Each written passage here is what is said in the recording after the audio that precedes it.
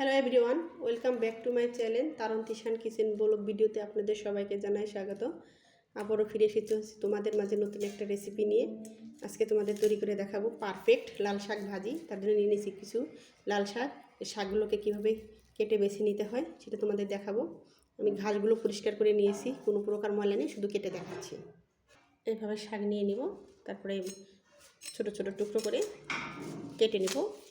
নিয়ে নিয়েছি, রেখে দিচ্ছি, বাকিগুলো কেটে নেব।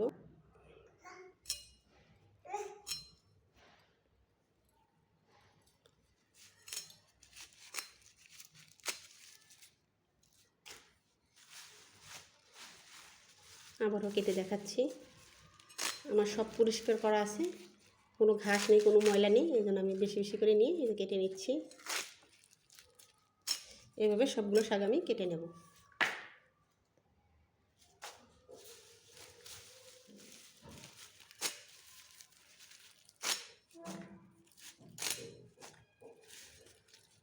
আপনারা চাইলে ছোটো বড়ো যেভাবে ইচ্ছা কেটে নিতে পারেন, আমি আমার মন মতো কেটে নিলাম। এবার সব শাক কেটে নেব। আমার সমস্ত শাকগুলো কেটে নেওয়া হয়ে গিয়েছে, এগুলো এখন ভালো করে ধুয়ে পরিষ্কার করে নেব। শাকগুলো ভালো করে পরিষ্কার করে ধুয়ে নিয়েছি, আমি 10 বার ধুয়ে নিয়েছি, আপনারা চাইলে 7-8 বারও ধুয়ে নিতে পারেন। শাক রান্না করার জন্য যে উপকরণগুলো লাগবে সেগুলো হচ্ছে, আমি এখানে 4টা পেঁয়াজ নিয়ে নিয়েছি বড় কোয়ার একটা রসুন, নিয়ে নিয়েছি কিছু কাঁচা জাল ফালি, সাথে নিয়ে নিয়েছি কিছু ধনিয়া পাতা। গ্যাসটা অন করে দিয়েছি। আগে থেকে একটা কড়ার মধ্যে শাকগুলো নিয়ে নিয়েছিলাম। এখানে আমি কোনো প্রকার বাড়তি পানি অ্যাড করব না, শাকের মধ্যে থেকে যে পানিটা বের হবে সেটা দিয়ে শাকগুলোকে আমি সেদ্ধ করে নেব।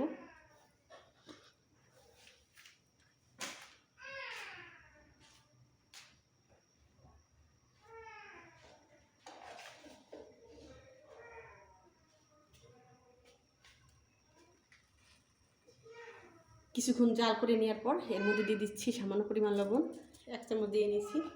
আপনারা চাইলে আপনাদের মন মতো কম বা বেশি করে দিয়ে নেবেন। এবার শাকগুলোকে ভালো করে নেড়ে নেব। আমি কোনো প্রকার ঢাকনা দিয়ে ঢেকে নেব না, ঢাকলে শাকের কালারটা সুন্দর হবে না, শাকটা বেশি নরম হয়ে যাবে, গলে যাবে, গলে গেলে খেতে ভালো লাগবে না।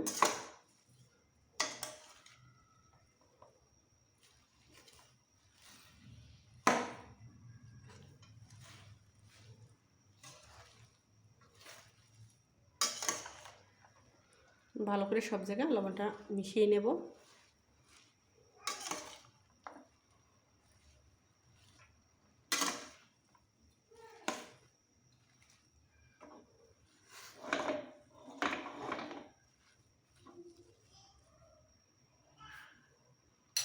কিছুক্ষণ সেদ্ধ করে নেব। শাকগুলো কিছুক্ষণ জাল করে নেওয়ার পর এর পর্যায়ে দিয়ে দেব কিছু কাঁচামরিচ ফালি আর পেঁয়াজ ফালি, দিয়ে আবারও ভালো করে একটু নেড়ে নেব।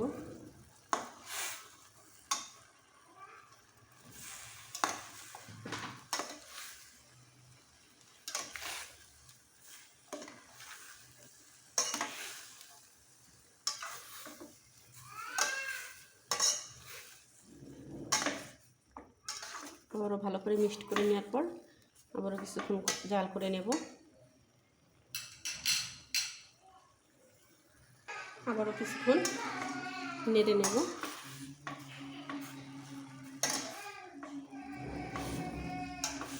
দেখেন শাক থেকে কত পরিমাণ পানি বের হয়েছে।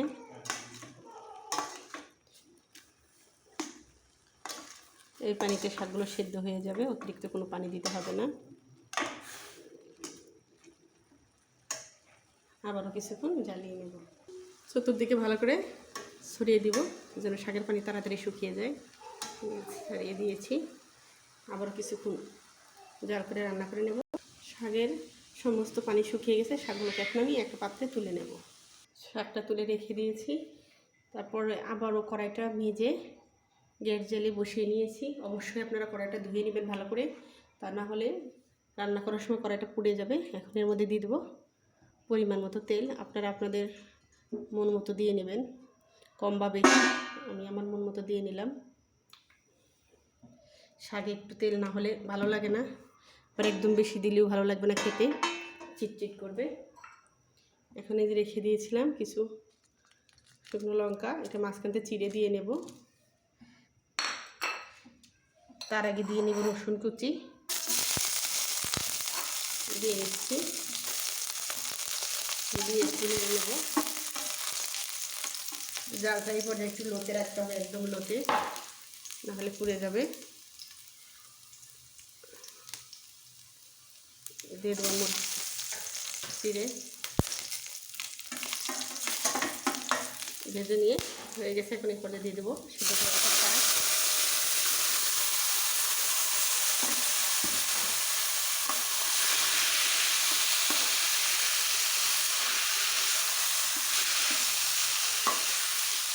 দেখেন শাকগুলো গলে যায়নি, আস্তে আস্তে আছে।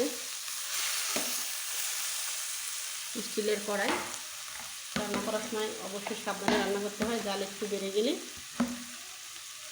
পুড়ে যাওয়ার সম্ভাবনা থাকে।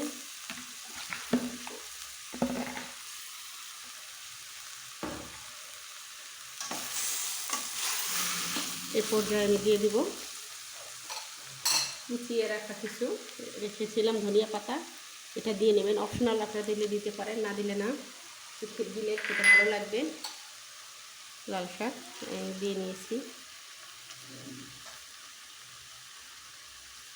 আমার ভিডিওটা যদি আপনাদের ভালো লেগে থাকে অবশ্যই লাইক কমেন্ট শেয়ার করবেন, সাবস্ক্রাইব করে পাশে থাকা বেল বাটনটি অবশ্যই ক্লিক করে দিবেন।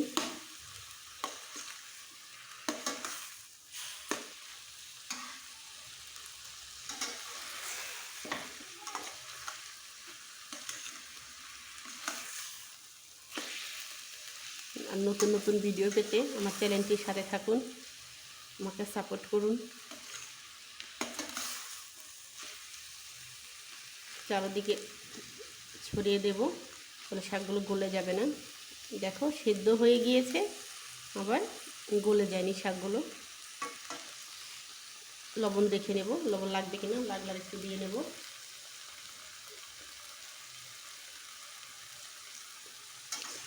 আর লাগবে না। 2 মিনিট নেড়ে তারপরে নামিয়ে নেব। একই প্রসেসে আপনারা এভাবে শাক ভাজি করে নিতে পারেন, যে কোনো শাক। আমি শাকটা বেড়ে নিয়েছি, ডেকোরেশন করে দিয়েছি একটু। এখন আমাদের এই শাকটি খাওয়ার জন্য উপযোগী, আমরা খেয়ে নিব গরম ভাতের সাথে। লাল শাক ভাজিটা অসাধারণ, আপনারা একবার হলে বাসায় তৈরি করে খেয়ে দেখবেন, আশা করি ভালো লাগবে। আর নিত্য নতুন ভিডিও পেতে আমার পেজটির সাথে থাকুন। সবাই ভালো থাকুন, সুস্থ থাকুন, সবাইকে ধন্যবাদ।